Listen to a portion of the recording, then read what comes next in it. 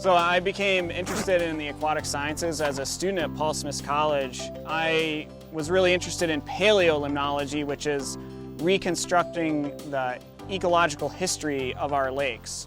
But over the last 6 or 7 years, I've been focusing more of my research and efforts on more modern stressors to lakes.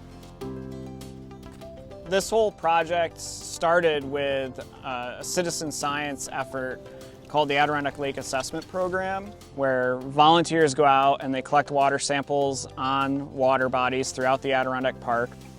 Today we're out here on Mirror Lake. We saw the chloride persist into the summer at high concentrations at the bottom, told us the lake was not mixing in the spring. And that's a really uncommon thing to have happen. It's really not good for the health of the water body. And so that spurred all this other research to figure out how consistently this is happening, exactly how much salt is being applied to the watershed and when and where and how does that relate to the condition of the lake. So we're trying to tease this all apart so that we can make recommendations to the stakeholders, the village, the town, the state, the residents and businesses about how much they need to reduce their salt use and where they might be able to do that to be most effective. We have roads, houses, parking lots, sidewalks, driveways, all around the lake, and on those surfaces in the wintertime, salt is applied, and that salt runs through a stormwater system that discharges directly to the lake. This is one of the stormwater outfalls that drains a lot of town road and several large parking lots. So this past winter, we measured a water sample out of here that was almost as salty as seawater.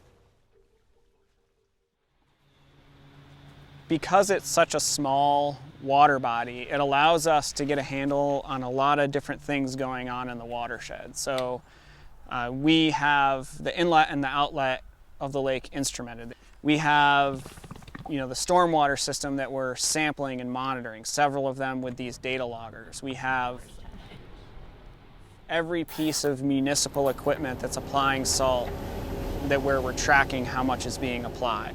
We're trying to follow that salt all the way through the environment so that we can really connect the dots in terms of what reduction strategies are being most effective at protecting the lake. So we have a data logger recording the amount of salt flowing through the stormwater outfall. We had a big rain event 2 days ago that dislodged the logger.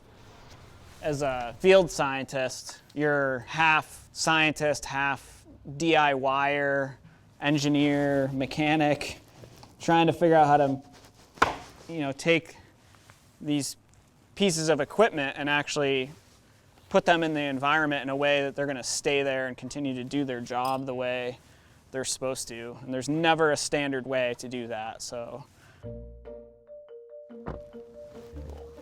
we're at the outlet of Mirror Lake, and this is one of 5 sites in the Lake Placid area that we monitor the amount of water and salt flowing past this location.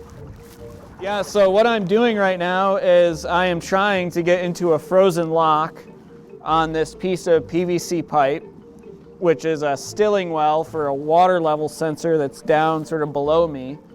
And so that we can download the data off it, which is not looking very good right now that I'm going to be able to get into this.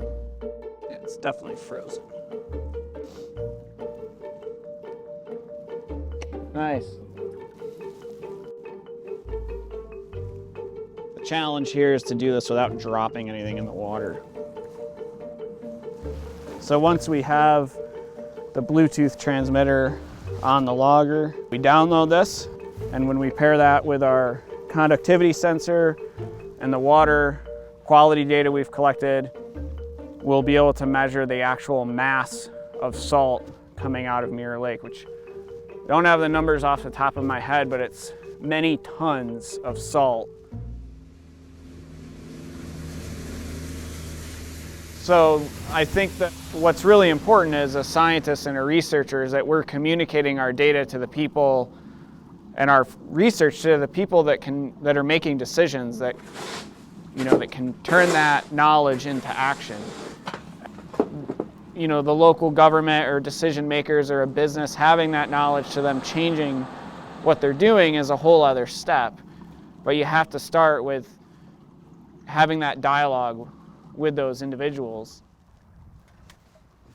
For this project on Mirror Lake, it's been 7 years of constant communication. And as a result of that, I feel there's a high level of trust between myself and the other folks that are working on this project and the local government and the business community, that they really want to know what we're finding and they want to be a part of figuring out the solution.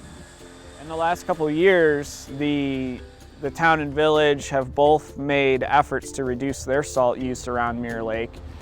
One of the significant changes the village made was in maintenance of these sidewalks. They used to sweep and salt them every time they went out. And now they're going out and sweeping, but not always salting. We have seen a reduction in the amount of salt in the lake over the last 2 years, which coincides with when they've really put a lot of effort into their salt reduction strategies. As an environmental scientist, to be able to see, the data that we're collecting, make it into the hands of the local government and managers, them act on it, and then actually see the environment respond, that's really exciting. That's what we want to see happen. Hopefully what's learned here will be exported to communities throughout the basin so that they can reduce their salt use as well.